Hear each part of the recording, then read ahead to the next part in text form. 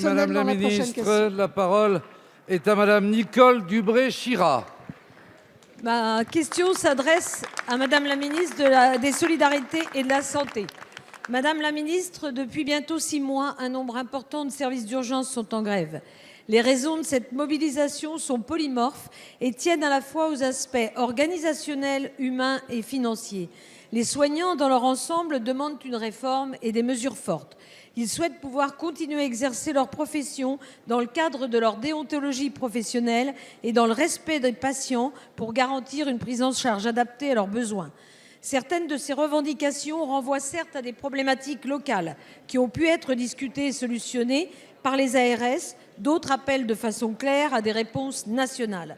Je tiens à saluer l'effectivité des premières mesures prises par le ministère de la Santé dès juillet pour répondre à des difficultés qui sont majorées en période estivale, à savoir l'octroi de l'indemnité forfaitaire de risque à tous les personnels non médicaux permanents des services d'urgence et SMUR, l'augmentation des crédits délégués aux ARS afin de soutenir et renforcer le fonctionnement des urgences, ainsi que le soutien financier à la rénovation des services d'urgence.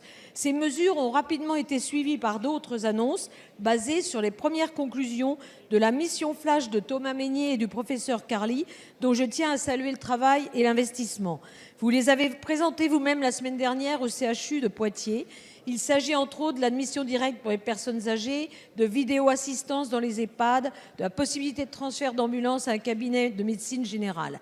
Madame la ministre, durant ces 6 mois, vous avez mené un travail de concertation avec l'ensemble des acteurs du milieu des urgences, en vous basant sur les propositions portées par la mission Flash, mais aussi en vous appuyant sur les remontées de terrain de l'expertise des ARS. Cette méthodologie de participation des différents acteurs vous a amené un pacte de refondation de grande ampleur qui s'inscrit dans la logique de Ma Santé 2022 et de la réforme de la santé que nous avons votée au début de l'été 2019. Madame la ministre, pourriez-nous vous présenter les orientations et les actions soutenues par le gouvernement? La parole est à Madame Agnès Buzyn, ministre des Solidarités et de la Santé. Merci Monsieur le Président, Mesdames et Messieurs les députés, Madame la députée Dubré-Chirat.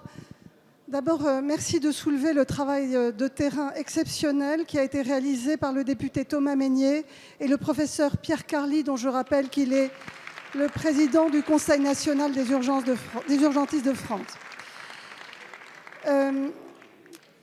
La mission qui leur a été confiée était de me rapporter des solutions de terrain que nous pourrions déployer sur tout le territoire national de façon à désengorger les urgences et soulager le travail des professionnels.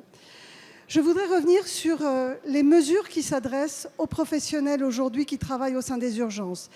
Je reviendrai tout à l'heure sur les mesures d'aval des urgences et les mesures d'amont, mais pour les professionnels.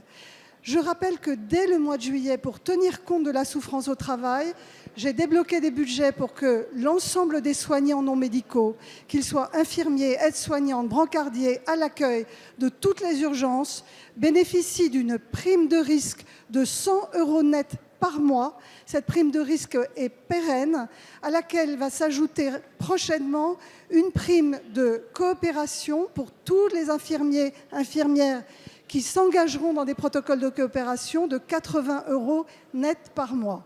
Donc, par rapport aux revendications aujourd'hui des soignants, nous avons d'ores et déjà apporté une réponse par la prime de risque et la prime de coopération.